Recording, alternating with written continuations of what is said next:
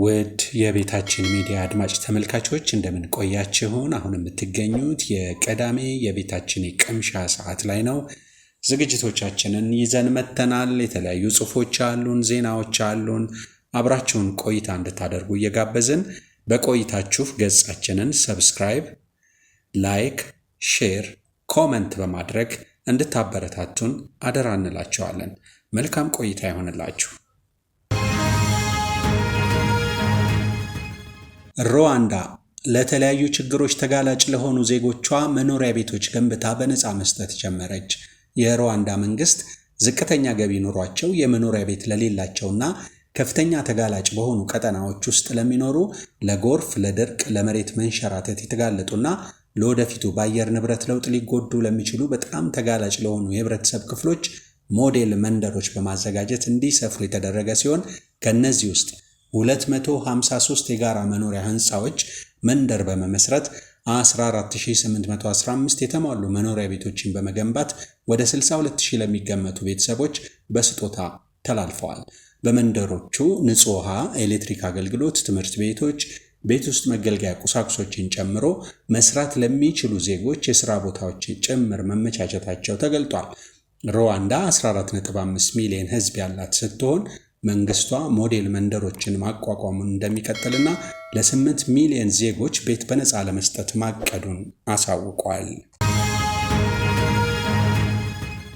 መንግስታት ውጤት አልባ ከሆነ የአይኤምኤፍ የበጀት መቀነስና ዕዳ መክፈል ፖሊሲ ወጥተው ትኩረታቸውን ዜጎቻቸው ላይ ማድረግ አለባቸው አለ አክሽን ኤድ። በአፍሪካ 6 ሀገራት በጤናና ትምህርት ዘርፉ በጀት በመቀነሱ ሰራተኞች የከፋ ችግር ውስጥ መውደቃቸውን አዲስ ጥናት አመላከተ። ጥናቱን አክሽን ኤድ የተሰኘ ግብረሰናይ ድርጅት የሰራው ሲሆን በኢትዮጵያ፣ በጋና፣ በኬንያ፣ በላይቤሪያ፣ በማላዊ፣ በናይጄሪያ 600 የጤና ባለሙያዎች፣ መምህራንና የማህበረሰብ ክፍሎችን ያሳተፈ ነው ተብሏል። በጥናቱ ከተሳተፉት መሃል 97 በመቶ የሚሆኑት የጤና ባለሙያዎች የሚያገኙት ደሞዝ መሰረታዊ የሚባለውን ወጪያቸውን ለመሸፈን እንደማያስችላቸው ተናግረዋል። 97 በመቶ የሚሆኑት የጤና ባለሙያዎች በደሞዛቸው የቤት ክራይ መክፈል፣ የምግብና ሌሎች ወጪን መሸፈን እንዳልቻሉ አስረድተዋል።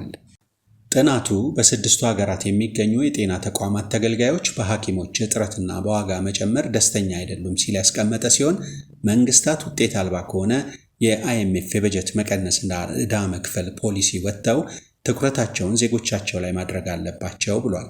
ህመምተኞች ወደ ጤና ተቋማት ለመሄድ ረጅም መንገዶች እንደሚጓዙ፣ የወባ መድኃኒትም በ10 እጥፍ ዋጋው መጨመሩ በጥናቱ የተካተተ ነው። ለአብነትም በኢትዮጵያ ሙያ ከላ ቀበሌ የምትኖር ሴትን በመጥቀስ ከ5 ዓመት በፊት የወባ መድኃኒት በ50 ብር ትገዛ እንደነበርና አሁን ግን ከግል ተቋማት በ500 ብር እንደሚገዛ መናገሯን ገልጸዋል። በሌላ በኩል በጥናቱ ከተሳተፉት 87 በመቶ የሚሆኑት መምህራን የክፍል ውስጥ ቁሳቁሶች ወይም የማስተማሪያ ቁሳቁሶች እንዳልተሟሉላቸው ሲገልጹ 73 በመቶ ያህሉን የትምህርት ማስተማሪያ ቁሳቁሶችን ከኪሳቸው አውጥተው እንደሚገዙ ተናግረዋል። 87 በመቶ መምህራን ደሞዛቸው ባለፉት 5 ዓመታት ከ10 እስከ 50 በመቶ በሚሆን መጠን የቀነሰ መሆኑ ተመላክቷል። ለዚህ ሁሉ ቀውስ አክሽን ኤድ መንግስታት በትምህርትና ጤና ላይ የሚያወጡትን ወጪ ስለቀነሱ ነው ሲል ያስቀመጠ ሲሆን ዓለም አቀፉ የገንዘብ ተቋም አይኤምኤፍ መንግስታትን የመከረበት መንገድ መኮነን አለበት ሲል ጠይቋል። አይኤምኤፍ መንግስታት እንደ ትምህርትና ጤና ባሉ ልማቶች ላይ የሚያወጡትን ወጪ በመቀነስ ዕዳቸውን እንዲከፍሉ ይመክራል ያለው አጥኚው ተቋም በማሳያነት በናይጄሪያ በ2024 ሀገራዊ ገቢዋ 4 በመቶ ያህሉን ለጤና ስታውል 20 በመቶ ያህሉን ዕዳ ለመክፈል አውላለች ነው ያለው። በተለምዶ አንድ ሀገር የበጀቷን 1/5 ለትምህርት ማዋል አለባት ቢባልም በጥናቱ ከተካተቱት 6 ሀገራት ውስጥ 4ቱ የትምህርት በጀታቸው ከዚህ መጠን በታች ነው። አክሽን ኤድ መንግስታትና አይኤምኤፍ እየሄዱ ያሉበትን መንገድ በመቀየር ለእነዚህ ዘርፎች ትኩረት በመስጠት የሰራተኞቹን ኑሮ እንዲሻሻልና ዜጎችም ጥራት ያለው ትምህርትና የጤና አገልግሎት እንዲያገኙ እንዲያደርጉ ምክረ ሀሳብ አቅርቧል። ዘገባው የቲክቫህ ኢትዮጵያ ነው። የሩሲያ መንግስት በኢትዮጵያ አዳዲስ የሎጂስቲክ እና የትራንስፖርት ፕሮጀክቶችን ለመጀመር እንደተዘጋጀ ተገለጸ። የኢትዮጵያው ፕሬዝዳንት አቶ ታዬ አጽቀሥላሴ ከ80ኛ ዓመት የድል በዓል ጎን ከሩሲያ ፕሬዝዳንት የዓለም አቀፍ ትብብርና ትራንስፖርት ዘርፍ ልዩ አማካሪ ተወካይ ኢጎር ሌቬቲን ጋር ውይይት አድርገዋል። ርዕሰ ብሔሩ የኢትዮጵያና ሩሲያ ግንኙነት ከቅርብ ጊዜ ወዲህ ይበልጥ እያደገ መምጣቱን በውይይቱ ወቅት ተናግረዋል። ሀገራቱ በሎጂስቲክ እና ትራንስፖርት ዘርፍ ያላቸውን ትብብር ማጠናከር በሚቻልበት ሁኔታ ላይ መምከራቸውንም የሀገር ውስጥ መገናኛ ብዙሃን ዘግበዋል። ቻይና የስዊስ ቦይን ጨምሮ ለግብፅ ሉዓላዊነት መከበር ከጎኗ እንደምትሆን ገለጸች። ቻይና ይህን ያለችው አሜሪካ ፓናማ እና ስዊስ ካናል ያለ አሜሪካ እገዛ አይኖሩም፣ በዚህ ምክንያት የአሜሪካ የንግድና ወታደራዊ መርከቦች ነፃ ፈቃድ ሊሰጣቸው ይገባል ሲሉ በትሩዝ ሶሻል ሚዲያ መጻፋቸውን ተከትሎ ነው። የትራምፕን ጥያቄ ግብፅ እንደማትቀበል አስታውቃ ነበር። የቻይና የውጭ ጉዳይ ሚኒስትር ቃል አቀባይ ሊያ ጂያን በሰጡት መግለጫ ቻይና የግብፅን መንግስትና የሕዝቦቿን ሉዓላዊነት እንዲጠበቁ የምትችለውን ድጋፍ እንደምታደርግ ገልጸዋል። አያይዘውም በአንድ ሉዓላዊ ሀገር ላይ ያልተገባ ድርጊት ለመፈጸም የሚደረጉ ትንኮሳዎችና ዛቻዎችን ቻይና ጥብቃ እንደምትቃወም አስታውቀዋል። ድንገት ቋንቋ የረሳችው ወጣት ጉዳይ አነጋጋሪ ሆኖ ሰንብቷል። የሰው ልጅ ቋንቋውን በቅጽበት ቢያጣ ምን ይፈጠራል? የቻይና ሐኪሞች ያጋጠማቸው አንድ አስገራሚ ክስተት ይህንን ጥያቄ አስነስቷል። አንዲት ወጣት ሴት አቀላጥፋ ትናገር የነበረውን እንግሊዝኛ ቋንቋ በድንገት መናገር አቁማለች። ሌሎች ቋንቋዎቿ ማንደሪናና ካንቶኔዝ የምትናገር መሆኗ ለዶክተሮቹ ጥያቄ ሆኖባቸዋል። በዚህ ምክንያት ምርመራ ሲደረግላት በግራ የጭንቅላቷ ክፍል ላይ በደም መፍሰስ ምክንያት ጉዳት እንደደረሰባት ተረጋገጠ። ይህ ጉዳይ ነው የእንግሊዝኛ ችሎታዋን ያሳጣት። እንደ ድል ሆኖ በፍጥነት በተደረገላት ቀዶ ጥገና ምክንያት ወጣቷ እንግሊዝኛ የመናገር ችሎታዋን መልሳ ማግኘት ችላለች። በድጋሚ የሰዓት ገደብ ተጥሏል። የዲላ ከተማ ፖሊስ በተለያዩ ምክንያቶች በሁለት እግር ሞተር ሳይክል ተሽከርካሪዎች ላይ የሰዓት ገደብ መጣሉን የዲላ ከተማ አስተዳደር ፖሊስ አዛዥ ምክትል ኢንስፔክተር እድገት ህርባዬ ለቲክቫ ኢትዮጵያ ተናግረዋል።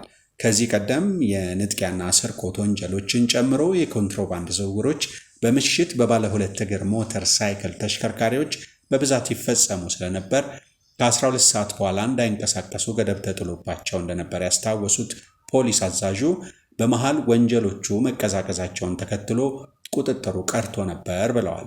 ከቅርብ ጊዜያት ወዲህ የትራፊክ አደጋዎች መበራከትና በሞተር ሳይክል የታገዙ የንጥቂያና ስርቆት ወንጀሎች መመዝገብ በመጀመራቸው ከከተማው መንገድና ትራንስፖርት ጋር በመነጋገር በድጋሚ ከምሽቱ 12 ሰዓት በኋላ እንዳይንቀሳቀሱ ገደብ መጣሉን አስታውቀዋል። የሰዓት ገደቡ የባንክ ቤት ሰራተኞችን፣ የጸጥታ ተሽከርካሪዎችንና ልዩ ፈቃድ ያላቸውን አያካትትም ያሉት ፖሊስ አዛዡ በከተማው አንደኛ መንገድ የትራንስፖርት መጨናነቆች ስላሉ በቀንም ለኪራይ ሞተር ሳይክሎች ዝግ ነው ሲሉ ለቲክቫ ኢትዮጵያ ሐዋሳ ገልጸዋል።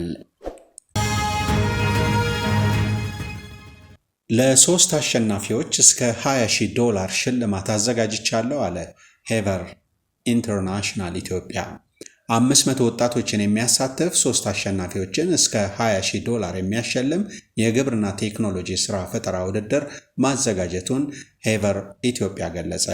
ውድድሩ ቴክኖሎጂን በመጠቀም የግብርናውን ዘርፍ ለማዘመን፣ የአርሶ አደሮችን ሕይወት ለማሻሻል፣ የወጣቶችን የቴክኖሎጂ ፈጠራ አቅም ለማጎልበት ዓላማ ያለው መሆኑ ተገልጿል። የፈጠራ ክህሎት ያላቸው ወጣቶች ከግንቦት 13 ቀን 2017 ዓ.ም ጀምሮ ለ10 ተከታታይ ቀናት በአዩቲ ድረገጽ በኦንላይን መመዝገብ እንደሚችሉ ድርጅቱ ጠቁሟል። የዕድሉ ተጠቃሚ ለመሆን በየትኛውም ክልል ያሉና የግብርና ቴክኖሎጂ ሥራ ፈጠራ የማቅረብ አቅሙ ያላቸው ወጣቶች መሳተፍ እንደሚችሉም አዘጋጆቹ አብራርተዋል። ሽልማቱን የሚያገኙት ከሚቀርቡት 500 የፈጠራ ውጤቶች መካከል በጣም የተሻሉ ተብለው የሚመረጡ 3 የቴክኖሎጂ ፈጠራ ባለቤቶች የሽልማቱ አሸናፊዎች ይሆናሉ ተብሏል። በዚህ መሰረት አንደኛው አሸናፊ $10,000፣ ለሁለተኛ አሸናፊ $6,500 እና ሶስተኛው አሸናፊ $3,500 ይሸለማሉ። በውድድሩ ከሚጠበቁት 500 ገደማ የግብርና ቴክኖሎጂ የፈጠራ ስራዎች መካከል 30ዎቹ ልምድ ባላቸው ዳኞች ተገምግመው በተዋረድ ይመረጣሉ። 30 የቴክኖሎጂ ፈጠራዎችም ተወዳድረው የሚያሸንፉ 10 የፈጠራ ባለቤቶች ለ5 ቀናት ስልጠና ይወስዳሉ። 10ሩም ለመጨረሻ ውድድር ቀርበው 3ቱ አሸናፊዎች ይመረጣሉ። ኦንላይን መመዝገቢያው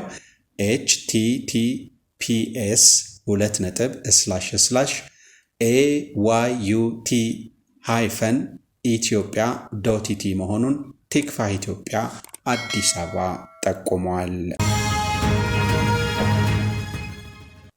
ጫት በኢትዮጵያውያን የሱስ መጠን አሳሳቢ ደረጃ ላይ ደረሰ ተባለ። በኢትዮጵያ ጫት በግለሰቦችም ሆነ በመንግስት ደረጃ ከፍተኛ ኢኮኖሚያዊ ጠቀሜታ ያለው ምርት ቢሆንም አዲስ ጥናት እንደሚያመለክተው የጫት ሱስ በአገሪቱ አደገኛ ደረጃ ላይ ደርሷል። ሪደም ዘ ጄኔሬሽን የተባለ ተቋም ባካሄደው ጥናት መሰረት በኢትዮጵያ ጫት ከሚቀሙ ሰዎች መካከል 41 በመቶ የሚሆኑት አደገኛ የሱስ ደረጃ ላይ ይገኛሉ። ጥናቱ አያይዞም ጫት የሚቀሙ ሰዎች ለተለያየ ምክንያት እንደሚጠቀሙበት አመልክቷል። ከነዚህ መካከል 52 በመቶ ለመዝናኛ፣ 44 በመቶ ለድብርት ስሜት፣ 19 በመቶ በሱስ ምክንያት ጫትን ይጠቀማሉ ተብሏል። የጥናቱ ውጤት በአንዳንድ የኢትዮጵያ አካባቢዎች የጫት ስርጭት እስከ 64 በመቶ መድረሱን ያሳያል። በአጠቃላይ በሀገሪቱ ከ100 ሰዎች መካከል 26 ያህሉ ጫት ቃሚዎች ሆነዋል ተብሏል። በተጨማሪም በጥናቱ ጾታን በተመለከተ የተካተተ ባይኖርም የሴት ጫት ቃሚዎች ቁጥር በከፍተኛ ሁኔታ እያደገ መምጣቱን ተጠቁሟል። ይህ አሳሳቢ ግኝት በኢትዮጵያ ውስጥ የሱስ ችግርን ለመከላከልና ለማከም እንዲሁም የህብረተሰቡን ግንዛቤ ለማሳደግ የባለድርሻ አካላት ትኩረት ሊሰጠው የሚገባ ጉዳይ መሆኑን ያመላክታል። ጫት ለኢኮኖሚያችን ያለው ጠቀሜታ እንደተጠበቀ ሆኖ በዜጎች ጤናና ማህበራዊ ህይወት ላይ የሚያሳድረው አሉታዊ ተጽዕኖ መገንዘብና መፍትሄ መፈለግ ያሻል ተብሏል። ውድ አድማጭ ተመልካቾቻችን የዛሬውን የቅምሻ ዝግጅታችንን በዚህ አበቃን።